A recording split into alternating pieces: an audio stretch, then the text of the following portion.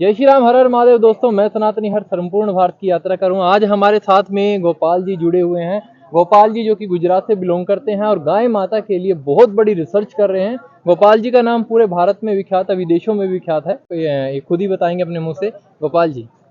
धन्यवाद हर्ष भाई। सनातनी पैदल यात्रा करते हैं और पुनः संस्कृति को उजागर करने के लिए आपने जो ये भोग दिया है और इस युवा स्थिति में आप पूरे भारत के लिए भ्रमण के लिए निकले, उसलिए बहुत बहुत पहले शुभेच्छा, शुभकामना।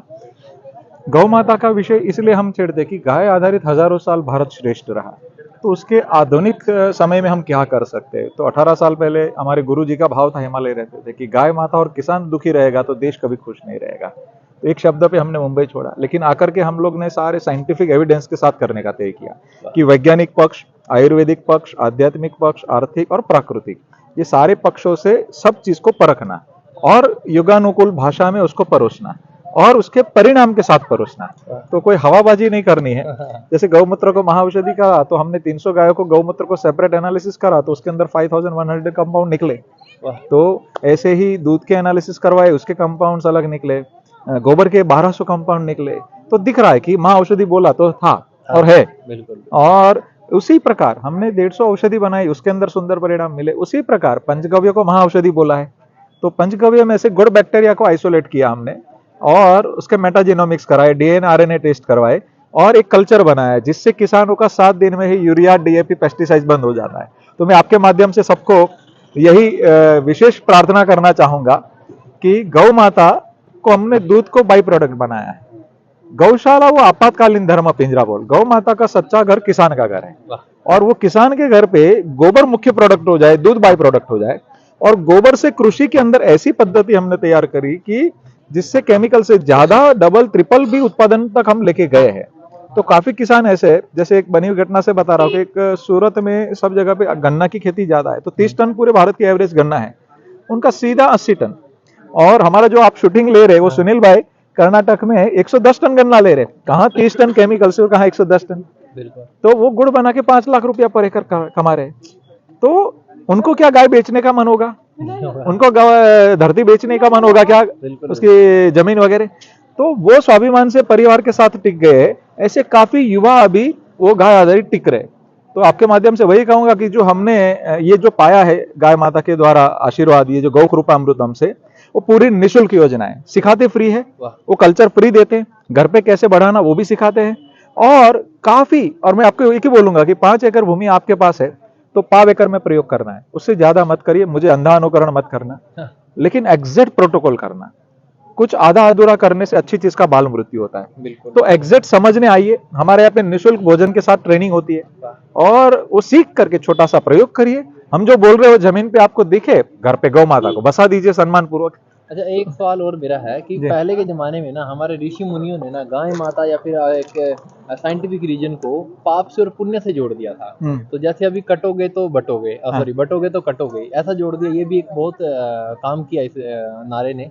लेकिन अब गाय माता के लिए कुछ नारा आपने कुछ चूज किया है, कुछ ऐसा कि लोग उसको एक पहले तो पाप के रूप में करते नहीं थे, जैसे बांस जलाना, अरे नहीं नहीं पाप है, लेकिन उसका कार्बन डाइऑक्साइड ज्यादा छोड़ता है वो इस टाइम। तो ऐसा कुछ गाय माता को पालने के लिए देखिए, बहुत सरल सी बात मैं कहना चाहता हूँ कि सगी माता का दूध पिया है, सगी माता के साथ दुर्व्यवहार करना कोई भी धर्म पंथों में ठीक है क्या? नहीं नहीं, बिल्कुल। तो सगी माँ 1 साल दूध पिलाती है, उसके बाद में 99 साल पूरी दुनिया को ये दूध पिलाती है। उसको काटना मतलब क्या होगा? तो सगी माता के बाद ये दूध पिलाती है तो वो सबके लिए सम्माननीय है, कोई एक पंथ के लिए नहीं है। मेरे काफी ऐसे मुस्लिम मित्र है जो उसको गौ माता करके ही बुलाते हैं। और उसके घर पे नॉनवेज परोसा ही नहीं जाता है। वो नाड़ी वैद्य है, नाड़ी पकड़ने से पहले बोलेंगे तुम नॉनवेज और दारू छोड़ोगे तो मैं नाड़ी पकड़ूंगा।